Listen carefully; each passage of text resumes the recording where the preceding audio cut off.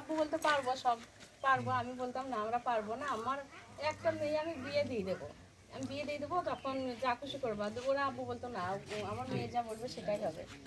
ওরা দুজন মিলে ওটাই ঠিক করলো যে ওই জন্য পড়াশোনা ভালো করে পড়াচ্ছিল, আর ভালো পড়াশোনা তো খুব ভালো ছিল, পড়াশোনা ভালো মেয়ে আমার, খুব ভালো পড়াশোনা করছিল, ইংলিশটা খুব ভালো শিখছিল। এটাই আমাদের খুব ভালো লাগতো, ইংলিশ শুনেই ভালো লাগতো, দেখে শুনে সব কিছু গুণী। এক কথায় যে ওইটুকু মেয়ে, এত গুণের হয়তো বড় মেয়েরাও হয় না, আমার ওইটুকু মেয়ে যতটা গুণের।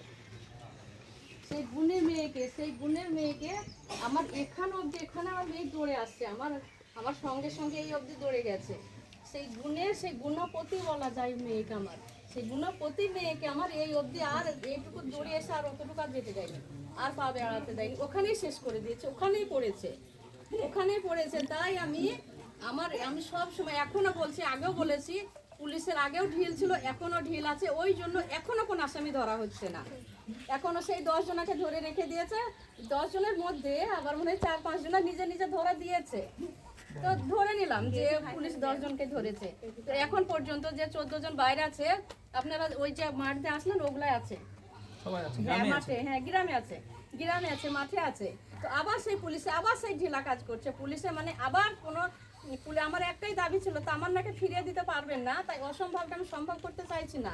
তো এটা চাইছি যে আর কোনো কিছু যেন না হয়, গ্রামের অস্ত্র শস্ত্র বোমা যা কিছু আছে সব উদ্ধার হোক, ক্রিমিনালগুলো ধরা হোক, কিন্তু পুলিশের আবার সেই ঢিলা কাজই করছে।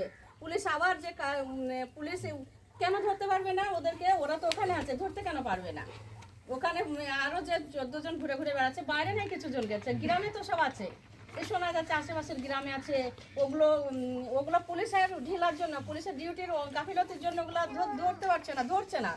পুলিশরা তো বলছে আমরা সব পারি, আমরা যা, আমাদের মতো ক্ষমতা কেউ কারো নেই, পুলিশের মতো ক্ষমতা কারো নেই। তো এখানে কি করছে?